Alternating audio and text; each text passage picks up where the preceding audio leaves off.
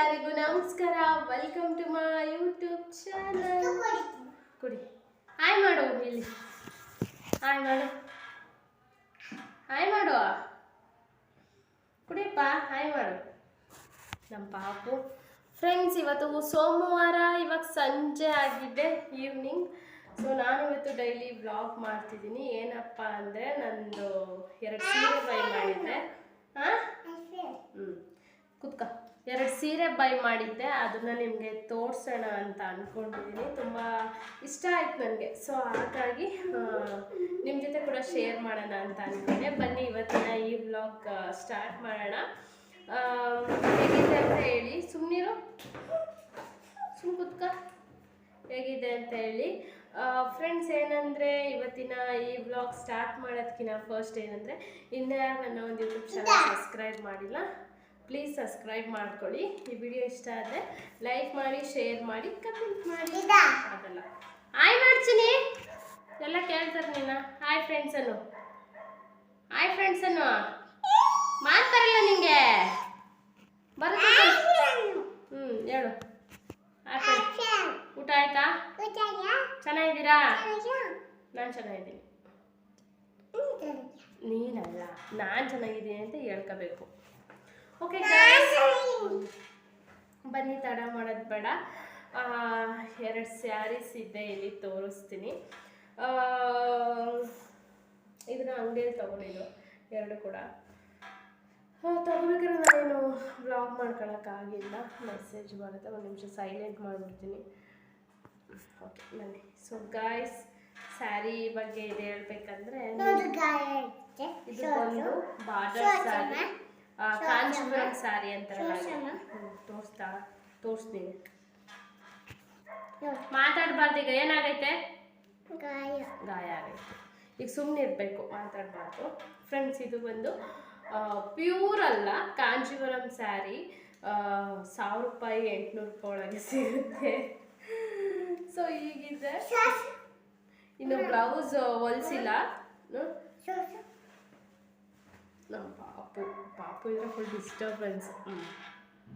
ಹೇಗೆ ಕಾಣ್ತಿದ್ದೀನಿ ಅಂತ ಕೇಳು. ಸಖತ್ತಾಗಿದೆಯಾ? ಸೊ ಒಂದು ಬಾರ್ಡರ್ ಸ್ಯಾರಿ ತಗೋಬೇಕು ಅಂತ ಆಸೆ ಆಗ್ತಾ ಇತ್ತು. ತಗೊಂಡೆ. ಹೇಗೂ ಯುಗಾದಿ ಬರ್ತಾ ಇದೆಯಲ್ಲ, ಇದನ್ನ ಇವಾಗ ಬ್ಲೌಸ್ ಹೊಲಿಯೋಕ್ಕೆ ಕೊಡಕ್ಕೆ ಹೋಗೋಣ ಅಂತ ಇವತ್ತು ಅಂದ್ಕೊಂಡಿದ್ದೀನಿ. ಸುಮ್ಮನೆ ಇರಬೇಕು. ಇವಾಗ ಇದನ್ನ ಬ್ಲೌಸ್ ಹೊಲಿಯೋಕ್ಕೆ ಕೊಡಕ್ಕೆ ಹೋಗೋಣ ಅಂತ ಅಂದ್ಕೊಂಡಿದ್ದೀನಿ. ಇನ್ನೊಂದು ವಾರದಷ್ಟರಲ್ಲಿ ಹೊಲ್ಕೊಡ್ತಾರೆ. ಸೊ ಅದಕ್ಕಿಂತ ಫಸ್ಟ್ ತೋರ್ಸೋಣ ಅಂತ. ಫ್ರೆಂಡ್ಸ್, ಇದು ಒಂಥರ ಫುಲ್ ಗ್ರೀನ್ ಅನ್ಬೋದು. Full green nature. ನನಗೆ ಗ್ರೀನ್ ಅಂದರೆ ಇಷ್ಟ ಆಗುತ್ತೆ.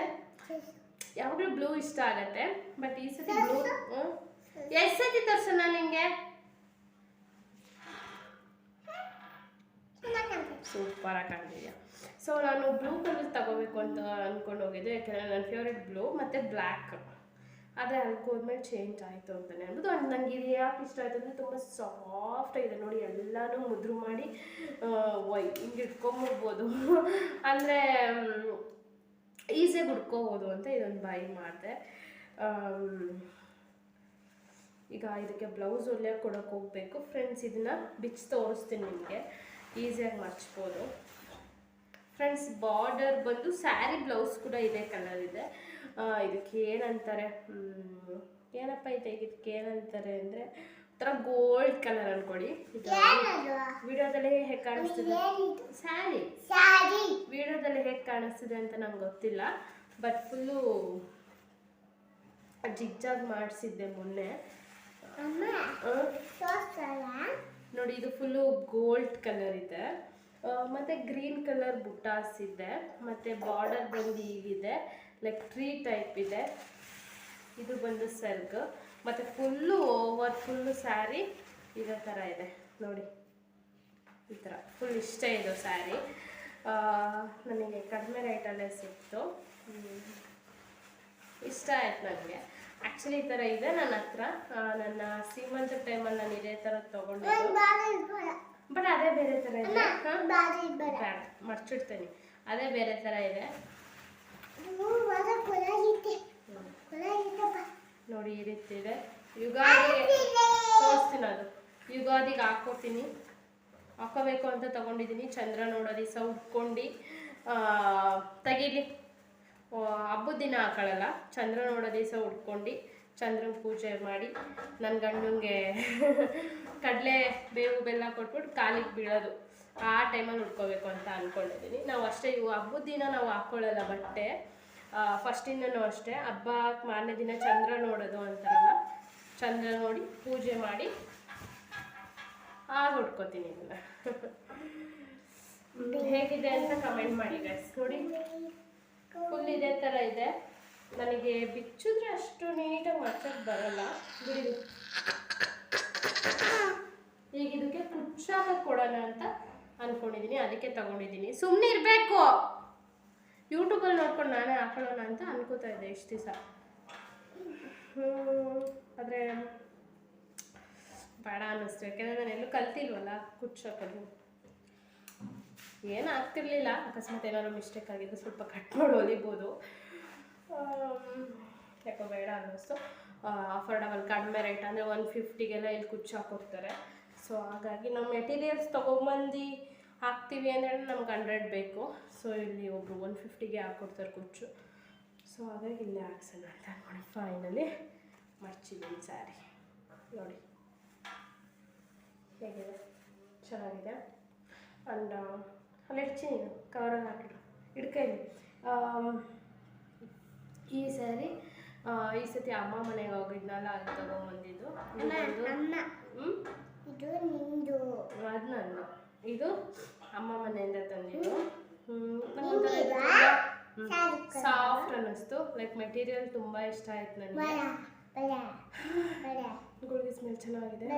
ಇದು ಫುಲ್ ವೈಟ್ ಇದೆ, ಫುಲ್ ವೈಟ್ ಇದೆ. ಈ ಥರ ಸೆಕೆಗಾಲಕ್ಕೆ ಸಿಂಪಲ್ ಆಗಿ ಟೆಂಪಲ್ಗೆ ಹೋಗ್ತೀವಿ ಅಂದರೆ ಅಲ್ಲ, ತುಂಬ ಕ್ಯೂಟಾಗಿ ಕಾಣಿಸುತ್ತೆ ನೋಡಿ. ನಾನು ಅದು ಮೈ ಮೇಲೆ ಹಾಕೊಂಡು ತೋರಿಸ್ಲಿಲ್ಲ, ಯಾಕಂದರೆ ಅದು ಹಬ್ಬಕ್ಕೆ ಹಾಕೊಬೇಕಲ್ಲ. ನೋಡಿ ಇದು ಹೇಗೆ ಕಾಣಿಸ್ತಿದೆ, ಚೆನ್ನಾಗಿ ಕಾಣಿಸ್ತಿದೆ. ಸೊ ನನ್ನ ವೈಟ್ ಒಂದು ಇರಲಿಲ್ಲ, ಚೆನ್ನಾಗಿ ಕಾಣಿಸ್ತದ, ವೈಟ್ ಒಂದು ಇರಲಿಲ್ಲ. ಸೊ ಹಾಗಾಗಿ ತಗೊಂಡೆ. ಇದು ಬಾರ್ಡ್ರ್ ಬಂದು ಗ್ರೀನ್ ಇದೆ, ಮತ್ತೆ ಸರ್ಗೆಲ್ಲ ಈ ರೀತಿ ಇದೆ. ಸ್ವಲ್ಪ ಬೇಡ, ಸ್ವಲ್ಪ ಸರ್ಗೆಲ್ಲ ಈ ರೀತಿ ಇದೆ, ಬಾರ್ಡರ್ ಈ ರೀತಿ ಇದೆ. ಬೇರೆದು ಕೊಡಿಸ್ತಾಳಂತೆ, ಬೇಡ ನನಗೆ. ಮತ್ತೆ ಒಳಗೆಲ್ಲ ಈ ರೀತಿ ಡಿಸೈನ್ ಇದೆ. ಸೊ ಇದು ಚೆನ್ನಾಗಿದೆ, ಇಷ್ಟ ಆಯ್ತು. ಅಮ್ಮ ಮನೆಯಿಂದ ತಂದಿದ್ದು. ಒಂದು ಇನ್ಸಿಡೆಂಟ್ ಆಯ್ತು ಸ್ಯಾರಿದು, ನನಗೂ ನಮ್ಮ ಅತ್ತೆಗೂ. ಅವಾಗಿಂದ ನಮ್ಮಮ್ಮ ಹೋದಾಗೆಲ್ಲ ಸ್ಯಾರಿ ಕೊಟ್ಟು ಕಳಿಸ್ತಿರ್ತಾರೆ ನನಗೆ. ನೋಡೋಣ ನೆಕ್ಸ್ಟ್ ಏನು ಇನ್ಸಿಡೆಂಟ್ ಅಂದರೆ, ಅದನ್ನು ಶೇರ್ ಮಾಡ್ಕೊಳ್ಳೋಂಗಿಲ್ಲ. ಅದಕ್ಕೂ ಒಂದು ಅಲ್ಲೇ ಇಟ್ಕೊ, ಅದಕ್ಕೂ ಏನಾದರೂ ಹೇಳ್ತಾರೆ. ನೆಕ್ಸ್ಟ್ ಯಾವಾಗಾದ್ರೂ ಶೇರ್ ಮಾಡ್ತೀನಿ. ಹೇಗಿದೆ ಅಂತ ಕಮೆಂಟ್ ಮಾಡಿ. ಯುಗಾದಿ ಹಬ್ಬದ ಸ್ಯಾರಿ ಸುಮ್ಮನೆ ಇರಬೇಕು, ಇದು ತೋರಿಸಿರ್ಲಿಲ್ಲ ನಿಮಗೆ.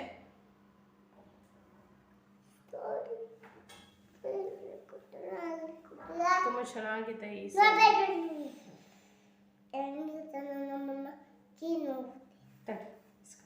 ಕೀ ನೋವಾಗುತ್ತೆ ತೊಳಿಗೆ ಇಸ್ಕ ಅಂತೋಳೆ ನೋಡಿ ಗೈಸ್.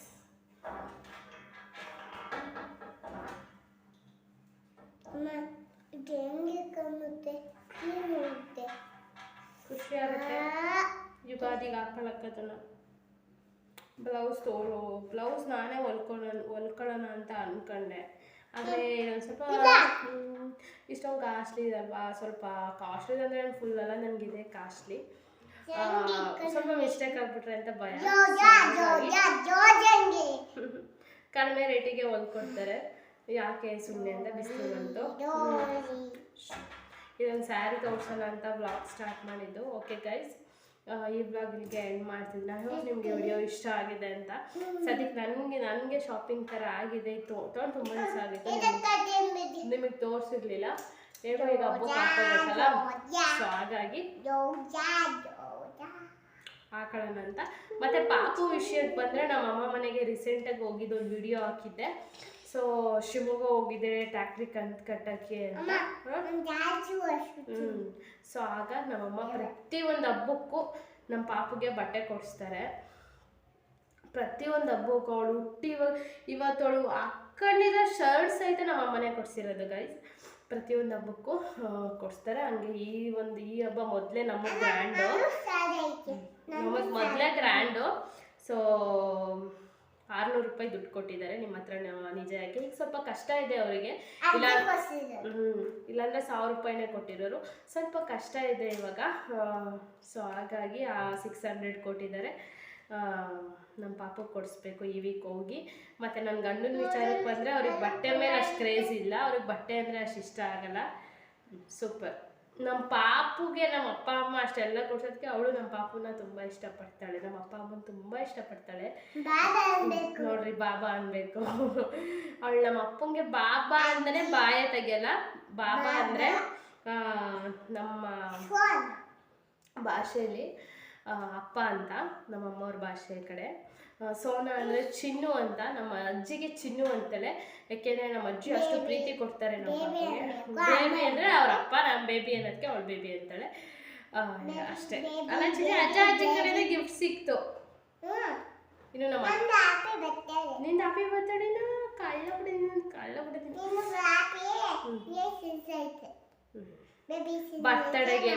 ಬರ್ತಡೆಗೆ ದುಡ್ಡು ಕೊಟ್ಟಿದ್ರು ಈ ಸತಿ ಬರ್ಡೇಗೆ ಅವಳಿಗೆ.